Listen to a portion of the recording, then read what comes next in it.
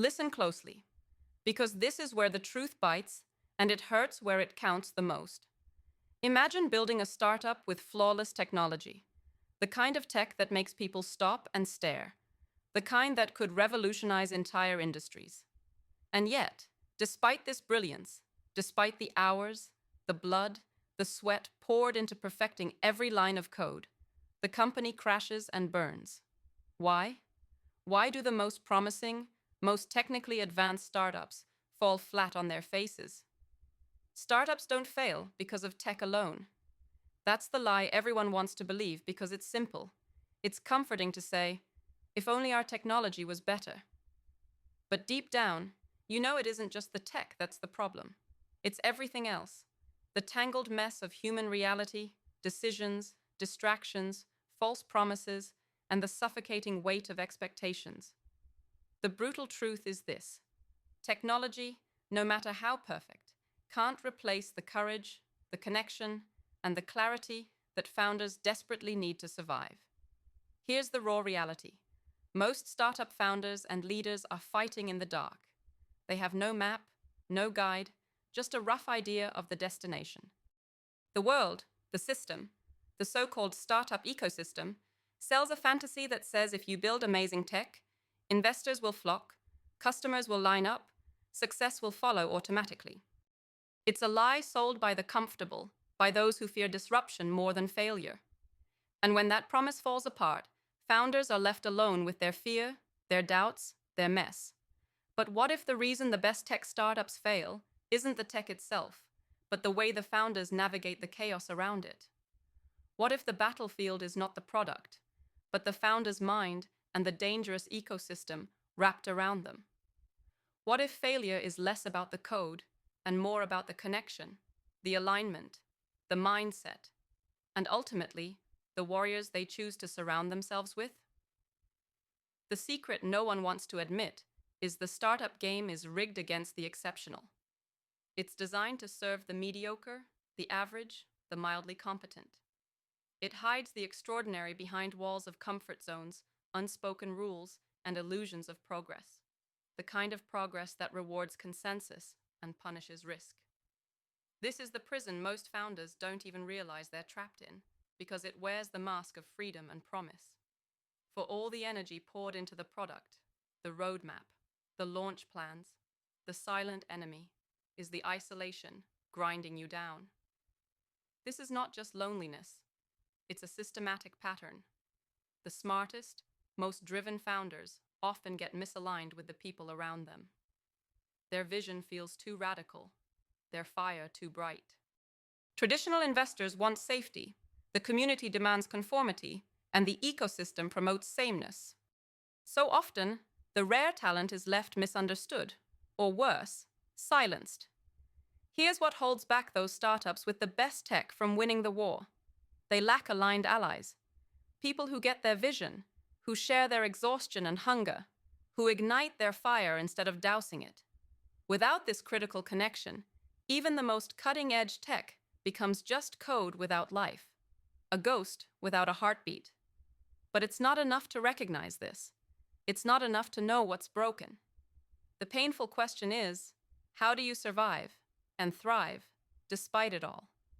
How do you break free from that suffocating script written by others, designed to keep you small, average, and safe? First, refuse to be a prisoner of comfortable lies. The world tries to cage you with rules, red tape, safe bets, and averages. But the real magic happens outside the center, in the work of those who reject the status quo. Be ruthless with your freedom. Your will is your weapon, a weapon sharper than any code you write. Question everything you've accepted as true. From who you partner with, to how you measure success, to why you even started this fight. Don't just follow a path. Stop waiting for permission.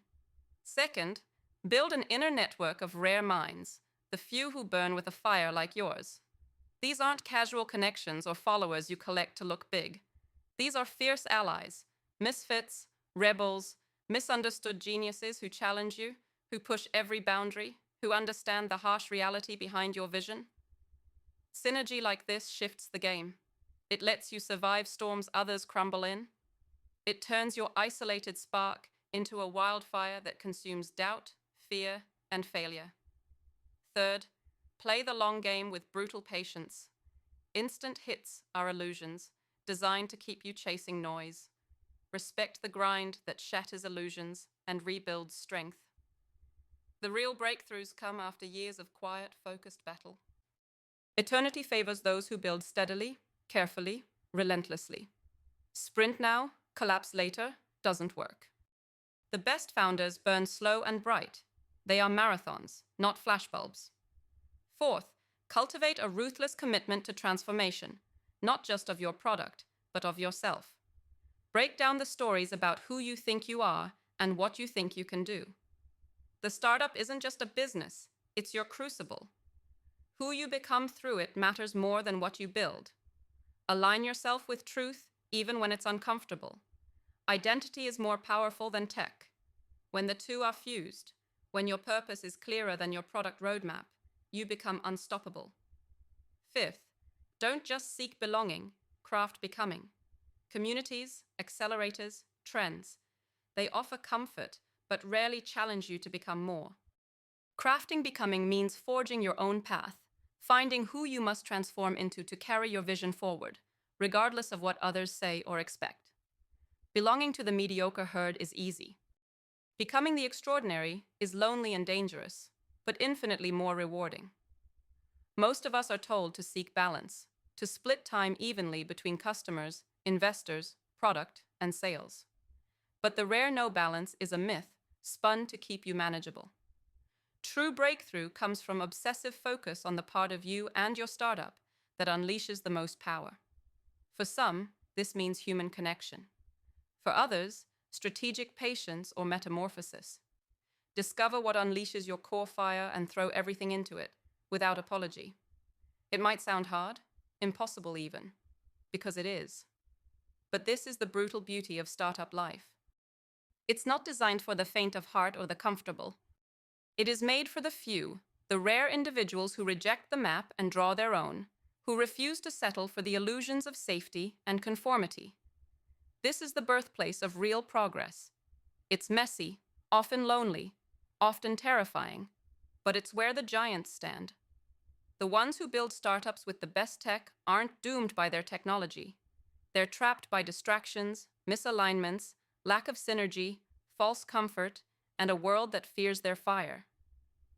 Cutting-edge product without cutting-edge people and a cutting-edge mindset is a recipe for collapse. But here's the light that doesn't get told enough. This failure is avoidable. Not by better tech alone, but by rebuilding the startup foundation from inside out. By finding the few others who burn like you, who challenge the system instead of bowing to it.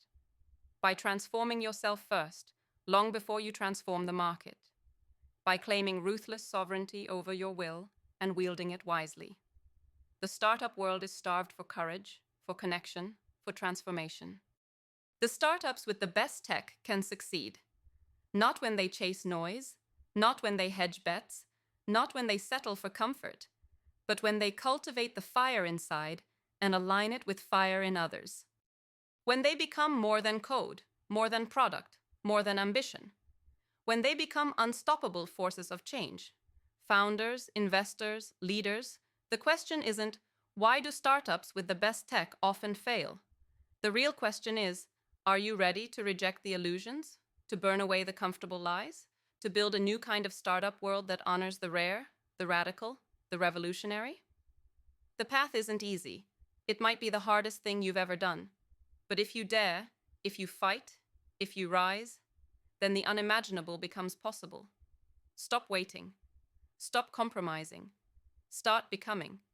Because the future belongs to those who refuse to settle for anything less than total transformation.